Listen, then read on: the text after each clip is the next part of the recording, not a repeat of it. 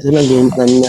Si Kay Soto, dito pa lang sa Jumble pa lang, talagang wala na siya sa issue, wala na yung timing yung katawan niya. Yun na yun. Pero pang nakaraang game pa yan, wala siya sa timing talaga.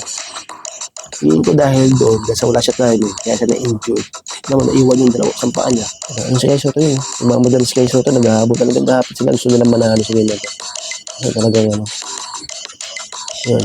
Kasi Kay Soto kasi hindi siya pang balbalyahan, ganun doon tawad, hindi pang pagkaan, focus niya. May more in game plan siya, doon siya mapapakinabangan. Siya sikretong scoring, yun doon siya mapapakinabangan. Yun talaga yung game plan para sa kanya, yun niya.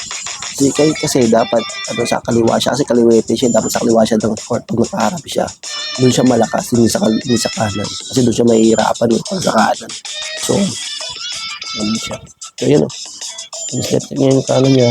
Yun. In-step yung kaliwa niya dahil yung sobrang lahayo ng umangat din.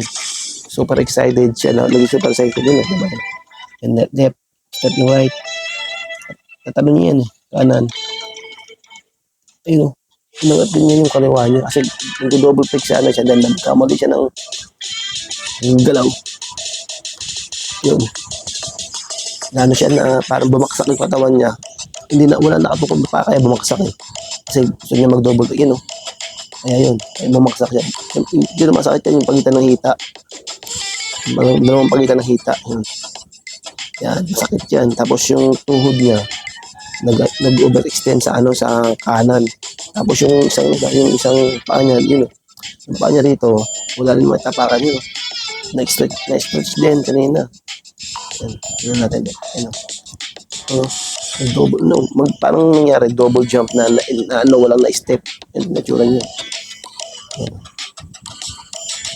Pero lalakas pa yan si Kay Soto sa injury na yan.